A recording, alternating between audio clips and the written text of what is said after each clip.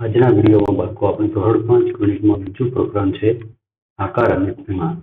તે પ્રકરણ સમજવાના છીએ. એમાં આ વિડીયો છે આ પ્રકરણનો બીજો ભાગ છે. જો તમે પહેલો ભાગ ન જોયો હોય તો પહેલા તમે એ ભાગ જોઈ લો, એના પછી આ ભાગ તમે જોઈજો. તો પહેલા ભાગની અંદર સમજતા આપણે જ્યાં પહોંચ્યા હતા ત્યાંથી આગળ આપણે સમજવાની શરૂઆત કરીએ છીએ. તો પહેલા ભાગની અંદર આપણે પેજ નંબર 24 સુધી સમજ્યા હતા. ત્યાંથી આગળ મુદ્દો આવે છે નામમાં ખૂણો. એ મુદ્દાથી આગળ આપણે સમજવાની શરૂઆત કરવાની છે. તો આગળ શરૂઆત કરીએ છીએ. તો જો અહીંયા આ વ્યક્તિ છે, બાળક છે, બોલે છે, શું કહે છે? જો તમે જાણો છો તમારા નામના અક્ષરોમાં પણ ખૂણો હોય છે. જો અહીંયા એક નામ લખેલું છે, સુખમન નામ લખેલું છે, એની અંદર જો અલગ અલગ પ્રકારના ઘણા બધા ખૂણાઓ આપેલા છે. તો જો એ ખૂણાઓ ગણિત કહે છે કે મારા નામની અંદર 11 કાટકોણ છે, તેમાં 10 એવા ખૂણા છે જે કાટકોણથી નાના છે.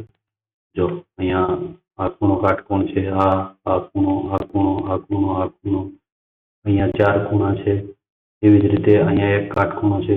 પછી આ ખૂણાઓ 3 છે, અહીંયા 2 ખૂણાઓ છે, આ 3 ખૂણાઓ છે.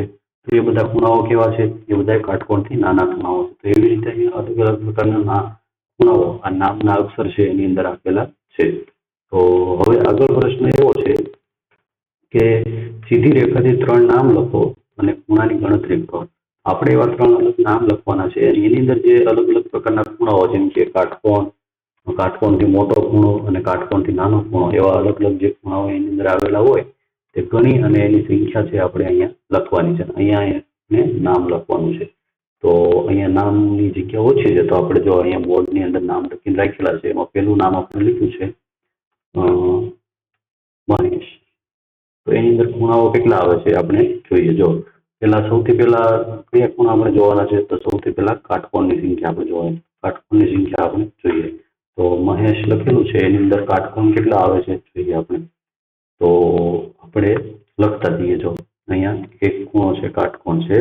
પછી અહીંયા છે 2, 3, 4, 5, 6, 7, 8, 9, 10, 11, 12, 13, 14, 15, 16 અને 17 ખૂણા કાટખૂણા છે આ નામની અંદર. તો અહીંયા આપણે લખીએ, અહીંયા પેલા નામ લખી નાખીએ મહેશ. જો અહીંયા આપણે ખાલી એમ જ નામ લખી નાખીએ છીએ.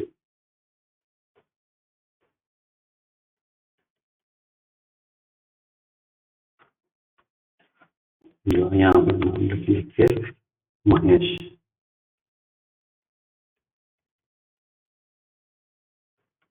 એની અંદર કાટકોણની સંખ્યા છે 17. કેટલી છે? કાટકોણની સંખ્યા છે 17. હવે કાટકોણથી મોટા ખૂણા જોઈએ આપણે. કાટકોણથી મોટા ખૂણા કેટલા છે? કે જો અહીંયા 2 ખૂણાઓ છે એ કાટકોણથી મોટા છે. તો અહીંયા લખીએ આપણે 2.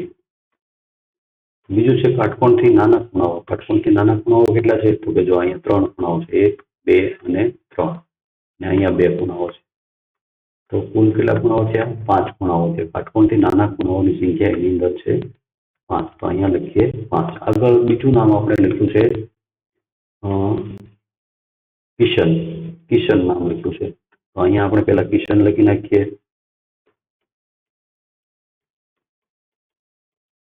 કિશન, બરાબર. હવે એની અંદર આપણે કાટકોણ ગોતીએ. આપણે કાટકોણ કેટલા છે એની અંદર જોવો તો એક અહીંયા છે. જો આપણે લખતા જઈએ 1, 2, 3, 4, 5, 6, 7, 8, 9, 10, 11, 12, 13. એના પછી 13 કાટકોણ છે. એની અંદર કેટલા છે? 13 છે. અહીંયા લખીએ 13. કાટકોણથી મોટા ખૂણા જોઈએ. કાટકોણથી મોટા ખૂણા કેટલા છે? તો કાટકોણથી મોટા ખૂણા આપણે જોઈએ તો કાટકોણથી મોટો ખૂણો જો અહીંયા છે 2. અહીંયા છે 2 જ ખૂણા છે. કાટકોણથી મોટા ખૂણા એમાં 2 છે. તો અહીંયા લખીએ 2. કાટકોણથી મોટા ખૂણાનું કામ છે એમાં 2 લખીએ. આગળનું કામ છે કાટકોણથી નાના ખૂણાની સંખ્યા કેટલી છે? જો તો કાટકોણથી નાના ખૂણાની સંખ્યા કેટલી છે નામની અંદર? તો કાટકોણથી નાના ખૂણા જો 1, 2, 3, 4 અને 5 ખૂણાઓ છે. કેટલા છે? 5 ખૂણાઓ. અને 2 અહીંયા છે, 2 અહીંયા છે. 5 ને 2 7 થશે. તો અહીંયા આપણે લખીએ 7. એના પછી ત્રીજું નામ આપણે લખ્યું છે નમન. ત્રીજું નામ લખ્યું છે નમન, તો આપણે અહીંયા લખી નાખીએ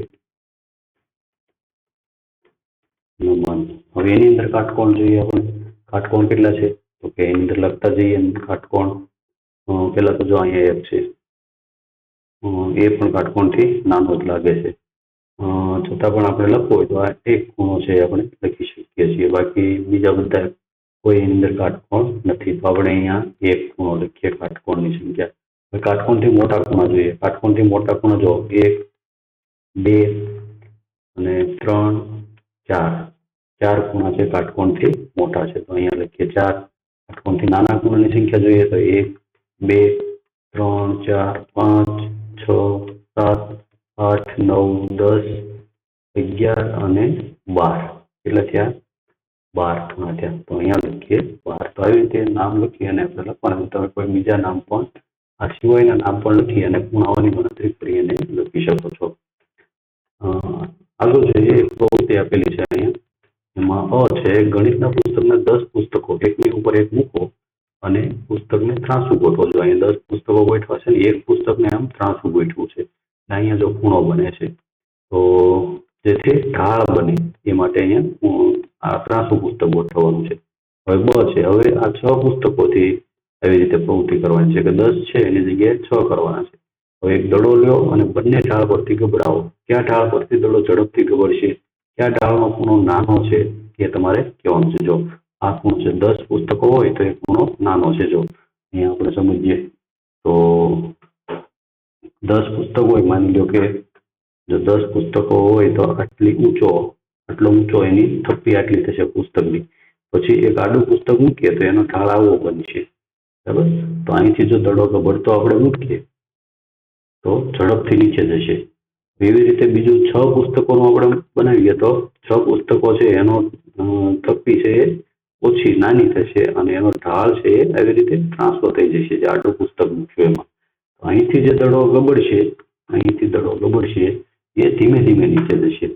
તો એ આપણે કહેવાનું છે કે જો 10 પુસ્તકો હોય, 10 પુસ્તક, તો એનો ખૂણો અહીંયા બનશે નાનો ખૂણો બનશે. અને જે 6 પુસ્તકો છે, 6 પુસ્તકો એમાં મોટો ખૂણો બનશે. તો એ આપણે પ્રવૃત્તિ કરી અને એનો જવાબ આપવાનો છે. આગળના પેજ ઉપર જોઈએ તો અહીંયા જો 2 લપસણી આપેલી છે. એમાં અહીંયા 2 લપસણી છે. એમાં અહીંયા જો આપણે પ્રશ્નો કે છે બગીચામાં 2 લપસણીઓ છે. એમાં પેલું છે કઈ લપસણીનો ખૂણો મોટો છે તો કે જો આ ઊંચી લપસણી છે, જો આ લપસણી લાંબી છે તો એનો ખૂણો જો મોટો છે અને આ લપસણીનો ખૂણો નાનો છે.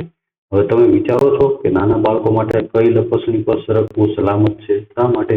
નાનું બાળક હોય તો એને જો આ લપસણી પર સરકવું સલામત છે, કેમ કે એના ઉપરથી તે ખૂબ જ ઝડપથી નીચે નહીં લપસે, પણ આ જો વધારે ઢાળવાળી છે તો એના ઉપરથી એ ઝડપથી લપસશે. કેવી રીતે? શું કામ?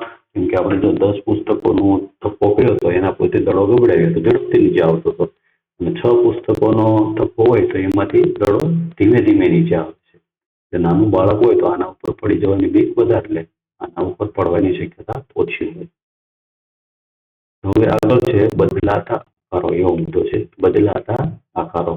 એની અંદર શું છે તો કે જરૂરી વસ્તુઓ. તો પ્રવૃત્તિ કરવા માટે જરૂરી વસ્તુઓ કઈ છે તો વપરાયેલી દિવાસળીઓ અથવા તો નવી દિવાસળીઓ, સાયકલના વાલ્વમાં વપરાતી રબરની ટ્યુબ, આટલી વસ્તુની જરૂર પડશે. હવે પેલું શું કરવાનું? જો દિવાસળીનો આગળનો કાળો ભાગ સાફ કરજો. અહીંયા દિવાસળી છે એમાંથી કાળો ભાગ છે ને એ આવી રીતે સાફ કરી નાખવાનો છે. ખાલી દિવાસળીની સળી છે એ રાખવાની છે. અને પછી બીજું શું કરવાનું છે? જો આ વાલ્વની ટ્યુબ છે એના આવા નાના નાના ટુકડા કરી નાખવાના છે. પછી શું કરવાનું છે તો કે ટ્યુબનો ટુકડો આવી રીતે કાપી લેવાનો છે. પછી દિવાસળીની સળીઓને આવી રીતે જોડવાની છે આ ટુકડાથી. પછી રબરના ટુકડાથી બંને તરફ દિવાસળીને વાળી આવા અલગ અલગ પ્રકારના આકાર બનાવવાનો. ત્રિકોણ બનાવવા માટે વધુ દિવાસળીઓ ઉમેરવાની છે. જો 3 દિવાસળીથી આવો ત્રિકોણ બનાવવાનો છે. પછી આગળના પેજ ઉપર જો અલગ અલગ બીજા આકારો બનાવેલા છે. અહીંયા ચોરસ બનાવેલો છે 4 દિવાસળીથી, 5 દિવાસળી છે, આમાં 6 દિવાસળી છે. તો આવા અલગ અલગ આકારો બનાવ્યા છે. હવે શું કરવાનું છે? જો હવે દરેક પ્રકારના આકારમાં કેટલા ખૂણા છે તે શોધો અને તેના ઉપર નિશાની કરો. તો જો પેલો આકાર છે તો એની અંદર કેટલા ખૂણાઓ છે? આની અંદર 4 ખૂણાઓ છે અને 4 ખૂણાની અંદર આપણે નિશાની કરવાની છે.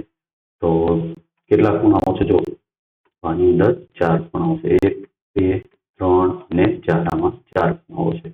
આની અંદર 1, 2, 3, 4 અને 5 ખૂણાઓ છે. 1, 2, 3, 4, 5 અને 6 ખૂણાઓ છે. આની અંદર 6 ખૂણાઓ છે. આગળ હવે દરેક આકારને તમારી આંગળીને ટેરવાથી નીચેની તરફ દબાવો. એટલે કે આ જો દરેક આકાર છે ને એને અહીંથી નીચેની તરફ આમ દબાવવાનો છે અને અહીંથી ઉપરથી અહીં દબાવવાનો છે અને અહીંથી નીચે દબાવવાનો છે. જો અહીંયા નમૂનો આપેલો છે કે અહીંથી ઉપરથી ખૂણો હોય અહીંથી નીચે આમ દબાવવાનો છે. દબાવશું એટલે શું થશે? અહીંથી આમ ખુલ્લો પડશે. આ ભાગ છે ખુલ્લો પડશે અને અહીંથી દબાવશું એટલે શું થશે? આ ભાગ, આ ખૂણા અને આ ખૂણા બહાર નીકળશે એટલે નીચે આવશે. આ ભાગ છે નીચે આવશે એટલે આકાર કેવો બની જશે? આકાર જો આવો બની જશે. અહીંથી નીચે દબાવશું એટલે આવી રીતે આમ પોળો પડી જશે. ખૂણાઓ પોળા પડી જશે. આવી રીતે આવો આકાર બની જશે. એવી રીતે આ છે એને પણ નીચે દબાવીએ તો એ પણ એવી રીતે આકાર છે આમ પોળો પડી જશે. બધા જ આકારો ઉપરથી ભેગા થશે અને અહીંથી ખુલ્લા થશે. હવે નીચે જો એક કોઠો આપેલો છે અને એની અંદર આકારને દબાવવાથી શું ફેરફાર થાય છે એ આપણે કહેવાનું છે. જો પેલું છે આકાર અને આકારમાં ખૂણામાં ફેરફાર થાય છે. નીચે જો અહીંથી આપણે દબાવીએ તો એના આકારમાં ફેરફાર થાય છે કે નહીં? હા કે ના? અહીંયા જવાબ આપવાનો છે. તો અહીંયા જવાબ આવશે. આપણે અહીંયા હા લખીશું. અહીંયા પણ આને જો દબાવીશું, જો અહીંથી ઉપરથી દબાવીએ તો બહુ ફેરફાર નહીં થાય, પણ ખૂણા ઉપરથી આપણે દબાવીએ તો આ ખૂણાઓ છે ખુલ્લા પડશે. તો ત્યાં પણ આપણે આ લખીશું. હવે ત્રિકોણ છે. ત્રિકોણ છે ને એને દબાવવાથી કોઈ ફેર નહીં પડે, કેમ કે અહીંથી એ ખુલ્લું નહીં પડે, કેમ કે અહીંયા જોઈન્ટ છે. એવી જ રીતે અહીંથી દબાવીએ તો પણ નહીં પડે. તો ત્રિકોણ છે એની અંદર કોઈ આકારમાં ફેરફાર નહીં થાય. તો અહીંયા આપણે ના લખીશું. તો આવી રીતે પ્રવૃત્તિ કરી અને તમારે લખવાની છે. હવે આગળનો મુદ્દો છે આકાર અને મિનારા. તો અહીંયા જો અલગ અલગ મિનારાઓ આપેલા છે. એની અંદર જો ત્રિકોણ શોધવાના છે આપણે. જો આ બાંધકામ કરેલું છે તો એની અંદર જો ઘણા બધા ત્રિકોણ દેખાય છે. આ પુલની અંદર પણ કેટલા બધા ત્રિકોણ દેખાય છે. આ ઇલેક્ટ્રિસિટીનો સ્તંભ છે એના ઉપર કેટલા બધા જો ત્રિકોણ બનાવીને જે આખો થાંભલો છે ઊભો કરેલો છે. હવે જો બદલાતા આકારો પ્રવૃત્તિ પરથી તમે અનુમાન કરી શકો છો કે મિનારા કે પુલ વગેરેમાં ત્રિકોણનો ઉપયોગ શું કામ થતો હોય છે? તો અહીંયા બધે પુલની અંદર આ ત્રિકોણનો ઉપયોગ શું કામ કર્યો છે? બીજા આકારો કેમ નહીં વાપર્યા હોય? કે જો એને ઉપરથી કદાચ દબાણ આવે તો એ આકારો છે ખુલ્લા પડતા નથી ત્રિકોણના, એટલે આ પુલ છે વધારે મજબૂત બનશે. એવી જ રીતે આ છે તો એની અંદર પણ ત્રિકોણનો ઉપયોગ કરે તો આકાર છે બદલાતો નથી એના ઉપર દબાણ આવે તો, એટલે ત્રિકોણનો ઉપયોગ વધારે પડતો એમાં પુલ, મિનારા વગેરેમાં ત્રિકોણનો ઉપયોગ કરવામાં આવે છે. હવે તમારી આસપાસ જોવાનું છે તમારે, અને ત્રિકોણનો ઉપયોગ ક્યાંય થયો હોય તો એવા સ્થળ તમારે શોધીને લખવાના છે, કહેવાનું છે. હવે આગળ છે મુદ્દો છે ખૂણો અને સમય. એવો મુદ્દો છે ખૂણો અને સમય. તો ઘડિયાળના આધારે ખૂણાઓ નક્કી કરવાના. જો આ છોકરી બોલે છે, જો જીનત તારી ઘડિયાળમાં તો અંક છે જ નહીં, તો પછી તું સમય કેવી રીતે જુએ છે? ઘડિયાળની અંદર અંકો તો છે જ નહીં. તો જો એ જીનત કહે છે હું તો ફક્ત ખૂણો જોઉં છું. જો બંને ખૂણા વચ્ચે કાટખૂણો હોય, કાટખૂણો બને ત્યારે મને ખ્યાલ આવે છે કે 9 વાગ્યા. જો અહીંયા જો અંકો નથી આવેલા, પણ જો અહીં કાટખૂણો બન્યો છે તો પેલો કાંટો છે 12 છે ને આ કાંટો છે 9 છે, એટલે કે જો કાટખૂણો બન્યો એટલે આપણને ખબર પડી જાય કે 9 વાગ્યા છે. તો એવી રીતે આ છોકરી છે એ ઘડિયાળની અંદર જોવે છે. તો અહીંયા એના આધારે પ્રવૃત્તિ આપેલી છે કે દિવસમાં એવો સમય કેટલી વાર આવે છે જેમાં ઘડિયાળના કાંટાઓ વચ્ચે કાટકોણ બને છે. હવે તમે બીજા વધારે ચિત્રો દો. તો અહીંયા જો 3 ઘડિયાળ આપેલી છે, એની અંદર કાટકોણ બનતો હોય એવો સમય આપણે લખવાનો છે.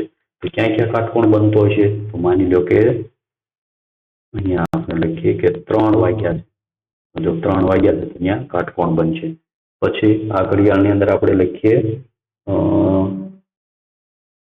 એક કાંટો નાનો કાંટો 6 છે અને બીજો કાંટો નવે છે તો પણ કાટકોણ બનશે. એવી જ રીતે માની લો કે નાનો કાંટો છે 3 પર છે, મોટો કાંટો 3 ઉપર છે અને નાનો કાંટો છે 12 ઉપર છે, એટલે કે 12:15 વાગ્યા છે. આ કાંટો મોટો છે તો પણ ત્યાં કાટકોણો બનશે. તો આવી રીતે અલગ અલગ ખૂણાઓ દ્વારા કાટકોણો અલગ અલગ જગ્યાએ સમય થાય એ પ્રમાણે કાટકોણ બનતા હોય છે ઘડિયાળની અંદર. આગળ અહીંયા ઘડિયાળ આપેલી છે, ઘડિયાળમાં સમય જોઈ ખૂણાઓ કેવા ખૂણા બનાવે છે, કાંટાઓ કેવા ખૂણા બનાવે છે તે લખવાનું છે અને સમય પણ લખવાનો છે. અહીંયા સમય લખવાનો છે અને બે કાંટાઓ વચ્ચે કયો ખૂણો બને છે એ પણ આપણે કહેવાનું છે. તો આની અંદર કેટલો સમય થયો છે? તો એ ઘડિયાળની અંદર તમને ઘડિયાળમાં જોતા તો આવડતું જ છે. તો કેટલો સમય થયો છે? સમય થયો છે 7:25 અને ખૂણો કયો બને છે? એ ખૂણો બને છે કાટકોણથી નાનો ખૂણો બને છે. બીજી ઘડિયાળની અંદર જુઓ તો એની અંદર સમય કેટલો થયો છે? તો કે જો નાનો કાંટો છે 8 ઉપર છે, મોટો કાંટો 3 ઉપર છે. તો કેટલો સમય થયો કહેવાય? 8:15 અને ખૂણો કયો બને છે? કે કાટકોણથી મોટો ખૂણો બને છે. આગળ ત્રીજી ઘડિયાળની અંદર જોઈએ તો એની અંદર 9:10 મિનિટ થઈ છે. ખૂણો કયો બને છે? હવે ખૂણો બને છે કાટકોણથી મોટો.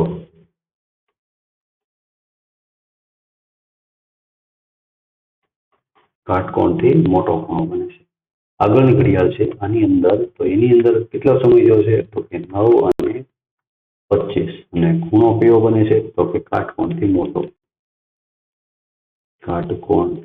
મોટો ખૂણો બને છે. આગળની ઘડિયાળમાં આ ઘડિયાળની અંદર કયો સમય છે? તો કે 10 વાગ્યા છે. એની અંદર કેટલા છે? 10:00 અને ખૂણો કયો બને છે? કાટકોણથી નાનો ખૂણો બને છે. આવી રીતે ઘડિયાળો છે એની અંદર આપણે સમય લખવાનો છે. આગળ જોઈએ અહીંયા જે ઘડિયાળમાં કાંટા દોરો કે જેથી કાંટાઓ વચ્ચે કાટખૂણો કરતા નાનો ખૂણો બનતો એવો સમય પણ લખવાનો છે. કાટકોણથી નાનો ખૂણો બનતો એવો સમય આપણે લખવાનો છે. તો કાટકોણથી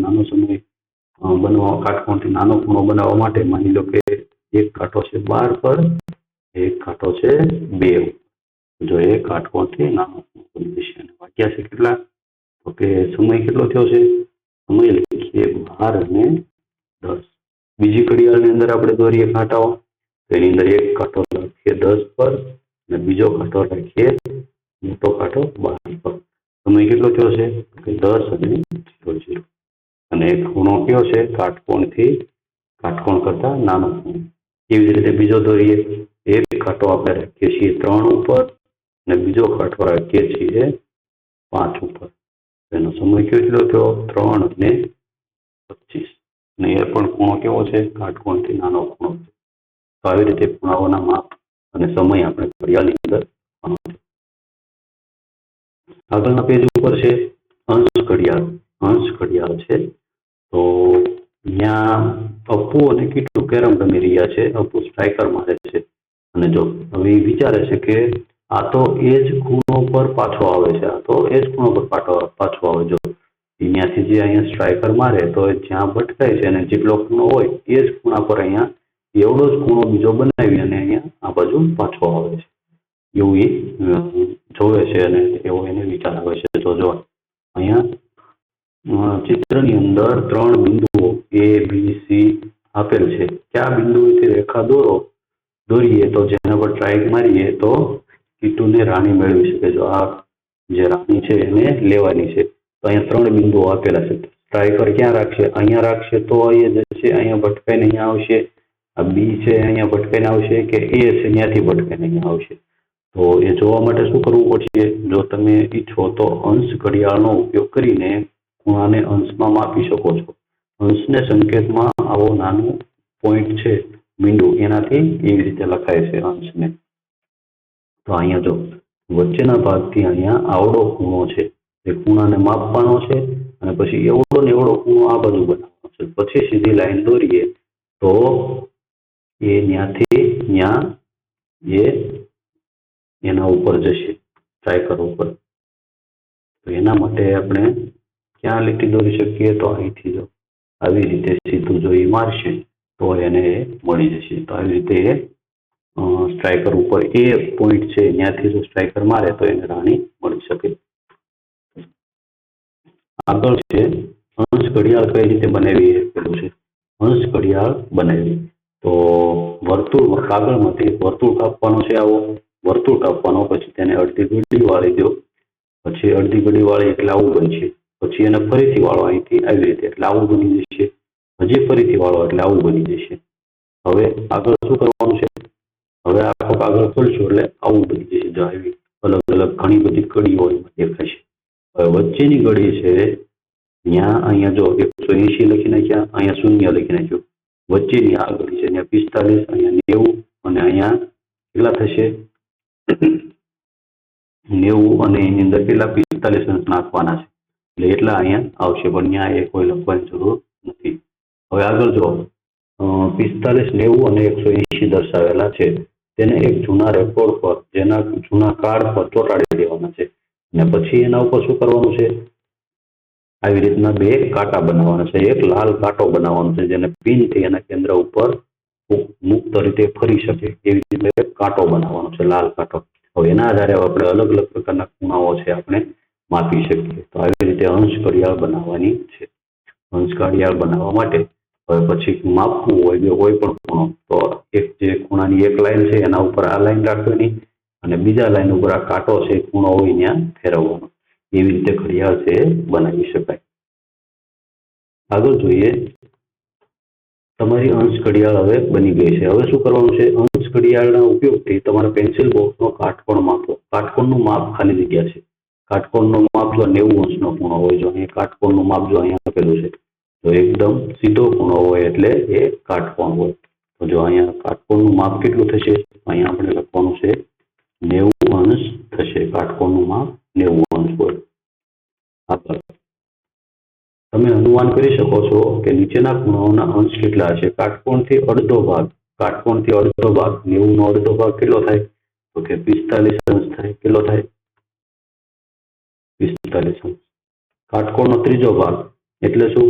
કાટકોણના 3 ભાગ કરવા, એટલે કે 90 ના 3 ભાગ કરો તો કેટલા થાય?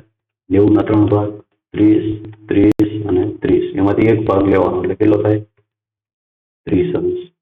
કાટકોણ તો બમણું કેટલું થાય? કાટકોણનું બમણું, કાટકોણ એટલે 90, એનું બમણું કેટલું થાય? 90 વત્તા 90 એટલે કેટલા થશે? 180. તો અહીંયા લખીએ 180. કેટલા થશે? 180.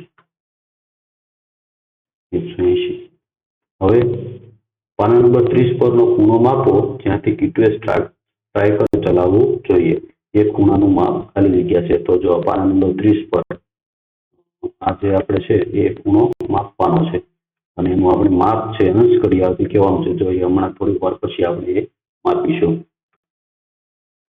હવે આગળ જોઈએ આપણે, જો કાગળના વિમાનમાં ખૂણા. તો કાગળનું એક વિમાન તમારે બનાવવાનું છે. એક ચોરસ કાગળનો ટુકડો લેવાનો છે આવી રીતે. પછી એને શું કરવાનું છે? બે ભાગે વાળવાનું છે અને કાગળનું વિમાન બનાવતા તમને આવડે જ છે એટલે એ કઈ તમને શીખવવાની જરૂર નથી કઈ રીતે બનાવજો. કાગળનું વિમાન બનાવ્યા પછી એને જો આખું ખોલશો તો એમાં જો વિમાનને ખોલો છો ત્યારે 45 અંશ અને 90 અંશના ખૂણા ક્યાં રચાય છે તે તમારે જોવાનું છે. તો એવી રીતે કાગળનું વિમાન બનાવવાનું છે.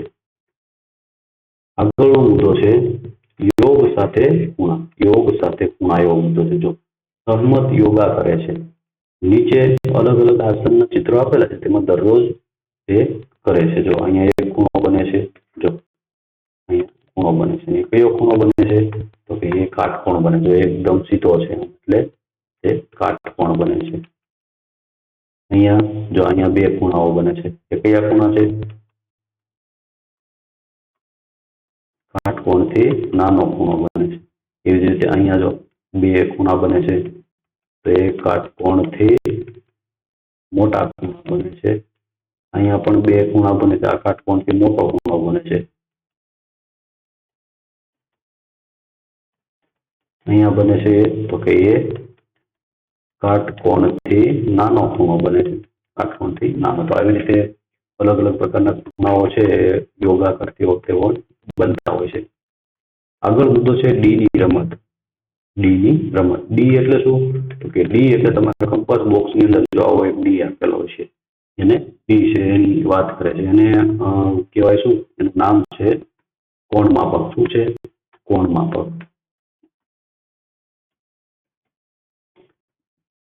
કોણ માપક છે એનું નામ. કોણ એટલે ખૂણો. કોણ એટલે ખૂણો. કોણ એટલે ખૂણો.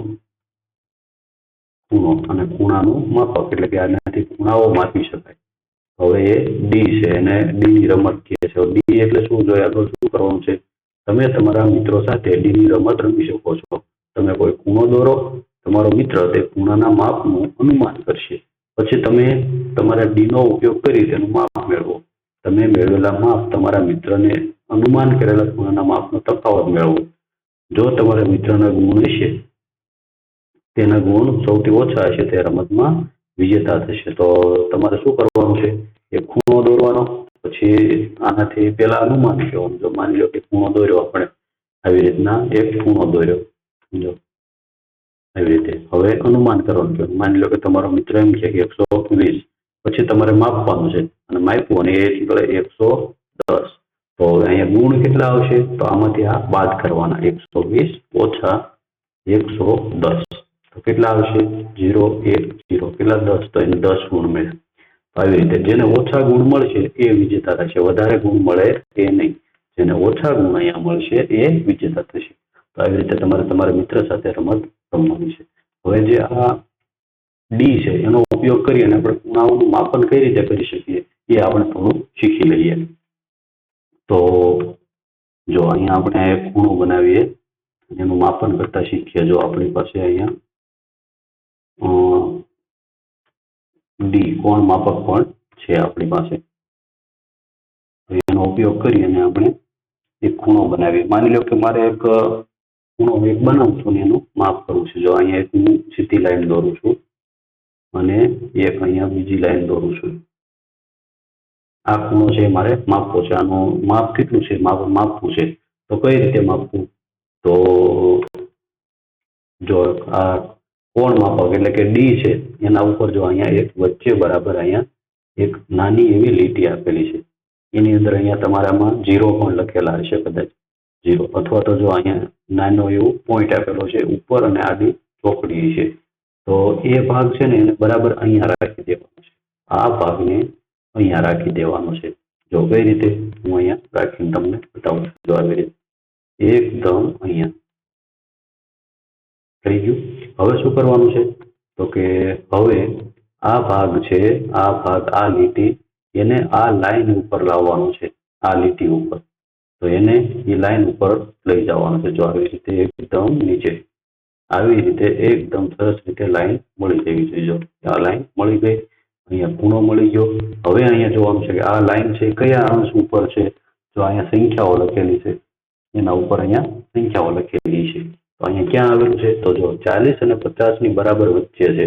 તો 40 ને 50 ની વચ્ચે કેટલા હોય? તો કે 45 હોય. તો હવે અહીંયા માપી પછી એને લઈ લેવાનું છે અને અહીંયા આપણે માપ લખી નાખશું. કેટલા છે? આ ખૂણો છે 45 અંશનો ખૂણો છે. તો આવી રીતે ખૂણો માપવાનો હોય. માની લો કે કોઈ મોટો ખૂણો બનાવવો છે. જો હું બીજો એક ખૂણો બનાવું છું. જો એક લીટી આવી રીતે દોરું છું. બીજી લીટી દોરું છું અહીંથી આવી રીતે. આ ખૂણો મારે માપવો છે. તો એ કઈ રીતે હું માપીશ? તો એને માપવા માટે જો એને પહેલા તો અહીંયા રાખી દેવાનું છે. જો આ ભાગ છે આ ભાગ એને આ ખૂણા પર રાખી દેવાનું છે. આ ભાગને અને આ લાઈન છે એને આ લાઈન પર ગોઠવવાની છે. તો જો હું ગોઠવી દઉં છું. જો આવી રીતે બરાબર. જો લાઈન તો મેળવેલી જ હતી એટલે બરાબર મળી ગયું. બરાબર. હવે જો આ લાઈન છે ક્યાં આવી છે? જો નીચે પણ અંકો આપેલા છે. એ નીચેના અંકો જોવાના નથી, ઉપરના અંકો જ જોવાના છે. તો એ ક્યાં આવ્યું છે? 120 અને 130 ની વચ્ચે છે. 120 અને 130 ની વચ્ચે શું આવશે? અહીંયા 125 આવશે. તો હવે એને કોણ માપકને આપણે લઈ લઈશું અને ખૂણાનું માપ લખી નાખશું. અહીંયા કેટલું છે? ખૂણાનું માપ છે 125 અંશ છે. કેટલું છે? 125. તો આવી રીતે કોઈ પણ ખૂણો હોય એનું માપ કરી શકાય. હવે માની લો કે મારે કોઈ માપનો ખૂણો બનાવવો છે, કોઈ માપનો ખૂણો મને માપ આપેલું છે અને એ માપનો ખૂણો આપણે બનાવવો છે, તો એ કઈ રીતે આપણે બનાવી શકીએ? તો એનું માપ કરીએ. માની લો કે મારે 90 અંશનો ખૂણો બનાવવો છે. કેટલા? 90 અંશનો ખૂણો બનાવવો છે. તો એ કઈ રીતે બનાવી શકશું આપણે? તો એ જોઈએ હાલે. તો 90 અંશનો ખૂણો બનાવવા માટે સૌથી પહેલા એક લાઈન દોરી દેવાની. આ એક લાઈન મેં દોરી દીધી, બરાબર. હવે અહીંયા આપણે રાખી દેવાનું છે કોણ માપકને એના છેડા પર, બરાબર છેડા પર, અને લાઈન ઉપર ગોઠવાઈ દેજો. આ લાઈન છે બરાબર કોણ માપક ઉપર પણ તમને એવી લીટી આપેલી છે એના ઉપર ગોઠવાઈ જવી જોઈએ. હવે 90 ક્યાં છે? આની ઉપર અંકો જોવાના છે. 90 ક્યાં છે? તો જો અહીંયા 90 છે. અહીંયા એક પેન્સિલથી નાનું એવું નિશાન કરી દેવાનું છે. આવી રીતે નિશાન કરી દીધું. નિશાન. હવે કોણ માપકને લઈ લેવાનું છે. કોણ માપકને લઈ લેવાનું છે અને ત્યાંથી માપપટ્ટીથી સીધી એકદમ લીટી અહીંયા દોરી દેવાની છે. આ ખૂણો બન્યો. એ કેટલા અંશનો ખૂણો બની ગયો? 90 અંશનો ખૂણો બની ગયો. 90 અંશનો ખૂણો બની ગયો,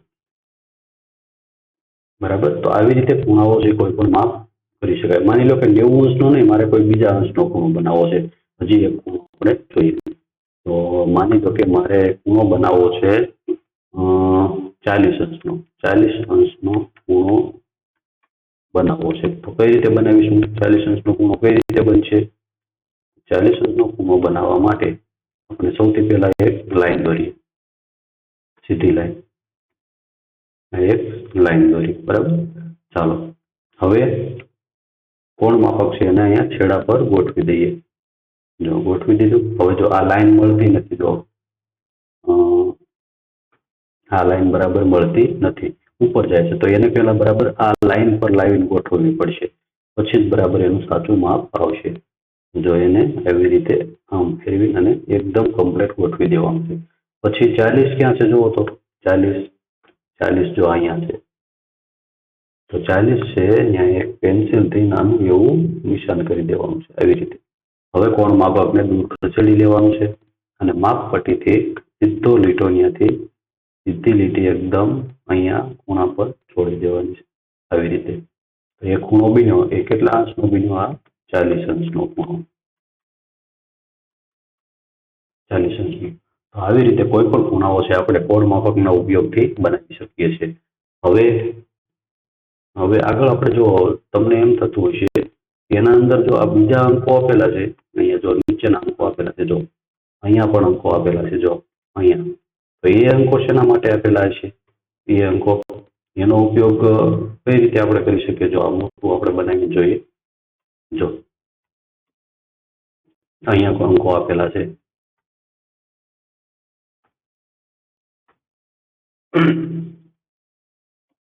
તો ત્યાં પણ અંકો આપેલા છે. એ શેના અંકો આપેલા છે? જો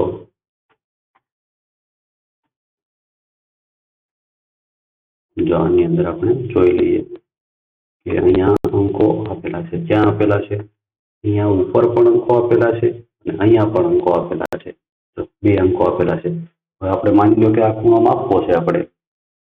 જો આ ખૂણો આપણે માપવો છે, આ 45 અંશનો ખૂણો માપવો છે. જો પહેલા આપણે એને નાનું કરી દઈએ અને 45 અંશનો ખૂણો માપીએ. જો હવે એને અહીંયા ગોઠવી દઈએ. જો એ 45 અંશનો ખૂણો થાય છે, 45. પણ જો અહીંયા પણ આવે છે 130 અને 40 ની વચ્ચે પણ છે, તો કેટલા થાય? 135 અંશ પણ થાય છે. અહીંયા જો 135 પણ થાય છે. તો આ ગણવા કે આ ગણવા? કયા ગણવા? તો એ કઈ રીતે ખબર પડશે? તો આપણે કયા ગણવાના છે? નાનો ખૂણો હોય તો નાની ભાગ છે એ ગણવાનો છે. આ બાજુનો ખૂણો હોય તો આ ગણવાનો છે. તો આ અંકો છે એનો ઉપયોગ ક્યારે કરવાનો છે? તો એ અંકોનો ઉપયોગ જો આ બાજુ ખૂણો હોય તો કરવાનો. જો કઈ રીતે? માની લો કે મારે આ બાજુનો ખૂણો માપવો. જો એક લાઈન હું અહીંયા દોરું છું, એક, અને બીજી લાઈન દોરું છું અહીંથી ઉપર, આવી રીતે. આ બાજુ ખૂણો હોય ને તો આ ખૂણો માપવો હોય ને તો આ નીચેના અંકો લેવાના છે, નીચેના અંકો. આ બાજુ ખૂણો હોય તો ઉપરના, આ બાજુ ખૂણો હોય તો નીચેના. જો આ ખૂણો માપવો હોય તો કઈ રીતે હું માપીશ? તો આવી રીતે. બરાબર આવી રીતે ગોઠવી દેવાનું છે. પછી શું કરવાનું છે? તો કે આને હજી લાઈન મેળવવાની, મળી ગઈ લાઈન. હવે શું કરવાનું છે? જો હવે ઉપરના અંકો નથી જોવાના, આ બાજુ છે એટલે નીચેના અંકો જોવાના. જો ક્યાં જોવાનું છે? 40 અને 50 ની વચ્ચે છે. તો 40 થી થોડુંક ઉપર છે એટલે કેટલા થાય છે? 42 અંશનો ખૂણો થાય છે. કેટલા અંશનો? 42 અંશનો ખૂણો થાય છે. તો એવી રીતે નીચેના અંકો લેવાના. જો આ બાજુ ખૂણો હોય તો એ 42 અંશનો ખૂણો થાય છે. એવી રીતે નીચેના અંકો ક્યારે લેવા, આ નીચેના અંકો ક્યારે લેવા અને ઉપરના અંકો ક્યારે લેવા એ બરાબર યાદ રાખો, એટલે નહીંતર ખૂણો કરવામાં ભૂલ થાય. જો માની લો કે આ 42 અંશનો ખૂણો છે પણ તમે લખી નાખો કેટલા? 142 નો ખૂણો, તો એ ખોટું પડી જાય. 142 અંશનો ખૂણો નથી. તો આવી રીતે બરાબર ધ્યાન રાખવાનું છે. હવે આગળ આપણે જો પુસ્તકની અંદર આપણે એક આવ્યું હતું, આ ખૂણો માપવાનો છે, આ ખૂણો માપવાનો છે, એનો અંશ માપીને આપણે કહેવાનું છે. તો એ ખૂણો આપણે કઈ રીતે માપીશું? તો એ પણ આપણે માપી લઈએ. જો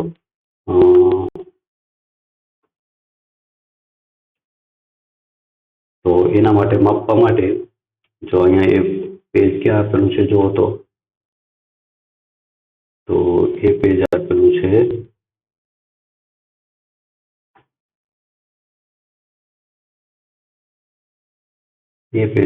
અહીંયા, બરાબર. તો એ પેજ છે એ આપણે જોઈ લઈએ છીએ અને ખૂણો છે આપણે માપી લઈએ કેટલા અંશનો ખૂણો થાય છે. તો એ ખૂણો માપવા માટે આપણે જો આ પેજ છે લઈ લીધું છે, એને થોડુંક મોટું કરી દઈએ, બરાબર. હવે કોણ માપક છે એનાથી આપણે એને માપી લઈએ.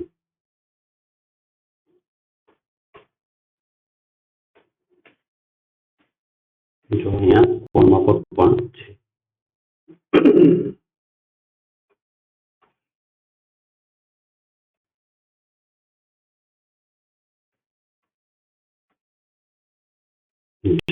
ચાલો આ ખૂણો છે આપણે એને હવે માપી લઈએ. આ ખૂણોને આપણે માપવાનો છે. જો આ ખૂણો છે એને કેટલા અંશનો ખૂણો છે આપણે કહેવાનું છે. તો જો આ સીધી લાઈન છે એના ઉપર આપણે કોણ માપકને ગોઠવવાનું છે અને પછી આ લાઈન છે આપણે માપવાની છે. અથવા તો આ લાઈન ઉપર કોણ માપક ગોઠવીએ તો પણ આપણે ખૂણો માપી શકીએ. કોઈ પણ રીતે ખૂણો માપી શકાય. તો આપણે આ લાઈન પર ગોઠવીએ. જો પહેલા તો જો આ ભાગ છે, આ ભાગ વચ્ચેનો ભાગ, એને અહીંયા ખૂણા પર ગોઠવશું. એને પહેલા અહીંયા ખૂણા પર ગોઠવી દઈએ.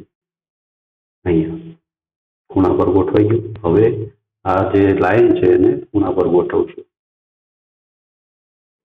હવે કઈ રીતે ગોઠવશું? તો કે આ લાઈન છે એને આવી રીતે નીચે ગોઠવશું. આવી રીતે ભળી ગયું. હવે શું કરશું? હવે જોવાનું છે તો કે એ ખૂણો છે, જો અહીંયા ખૂણો આવ્યો તો કેટલા અંશનો ખૂણો છે? 120 160 અંશનો છે કે 20 અંશનો ખૂણો છે? આ લાઈન જોવાની છે. 160 છે કે 120 છે? કયો ખૂણો થશે? તો જો કોણ માપકથી આ બાજુનો ભાગ છે ખૂણા ઉપર એટલે માપવાનો છે, તો નીચેના અંકો આપણે જોવા પડશે. જો આ બાજુ ભાગ હોત, આ બાજુ ખૂણો આ બાજુ હોત અને આ બાજુ ઉપરની તરફ ખૂણો હોત તો આપણે ઉપરના અંકો જોત. જો આવી રીતે ખૂણો છે કેટલા અંશનો થાય છે? 20 અંશનો ખૂણો થાય છે. જો હજી બરાબર અહીંથી સેજ આપણે આગળ લઈ લઈશું તો એ ખૂણો છે 20 અંશનો ખૂણો થાય છે. એ ખૂણો છે 20 અંશનો છે. એનો જવાબમાં આપણે લખવાનું છે 20 અંશનો ખૂણો છે. તો અહીંયા આપણે લખી નાખીએ 20 અંશ. 20 અંશનો ખૂણો છે. તો આવી રીતે ખૂણો છે એનું માપ આપણે લખવાનું છે.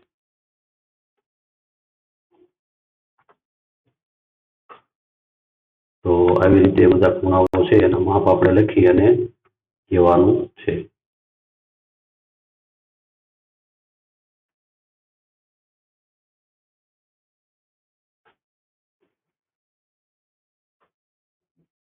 માની લો કે હવે આપણે કોઈ બીજો ખૂણો માપવો હોય તો એ કઈ રીતે માપી શકાય, તો એ બધું તમે શીખી ગયા છો એટલે હવે એ કઈ શીખવાની જરૂર છે નહીં.